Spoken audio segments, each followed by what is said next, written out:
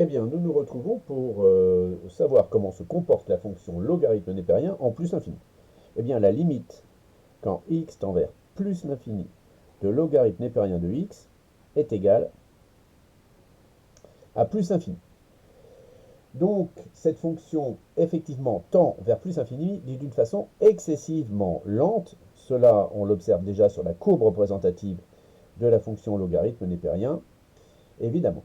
Alors, nous avons associé donc à cette limite en plus l'infini de notre fonction log une forme indéterminée qu'il faut connaître par cœur, qui est la limite quand x tend vers plus l'infini de logarithme népérien de x sur x, donc au voisinage de plus infini, et ça au voisinage de plus infini, eh bien ça c'est parfaitement égal à 0. Et donc, comme je le disais déjà dans un autre petit paragraphe, ici quand on lit x qui tend vers plus infini, ici on a bien x qui tend vers plus infini et x qui tend vers plus infini. Donc par exemple, si j'écris limite quand x tend vers plus infini de logarithme de x au carré sur x, eh bien vous voyez qu'ici, je ne peux pas dire que x au carré tend vers plus infini et que x tend vers plus infini, et donc que c'est la même forme indéterminée qu'ici. Pourquoi? Parce que là, j'ai logarithme népérien de x au carré, alors que là, je n'ai pas logarithme népérien de x au carré.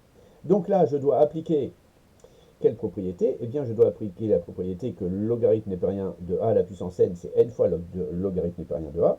Je vais donc écrire logarithme quand x tend vers plus infini de 2 logarithmes népériens de x sur x. Et à ce moment-là, comme j'ai ici et ici la même valeur, eh bien, je vais pouvoir appliquer donc sans difficulté cette forme indéterminée ici que vous avez le droit d'utiliser quand bon vous semble et que vous n'avez pas besoin de redémontrer. Et donc ici, je vais évidemment trouver 0 puisque 2 fois 0, ça fait 0.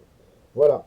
Donc, la limite en plus infini de la fonction logarithme népérien, c'est plus infini, mais c'est un plus l'infini qui est atteint très lentement, d'accord? Et nous avons donc une forme indéterminée associée qui est logarithme népérien de x sur x en plus infini qui est égal à 0. Je vous remercie et je vous dis à bientôt.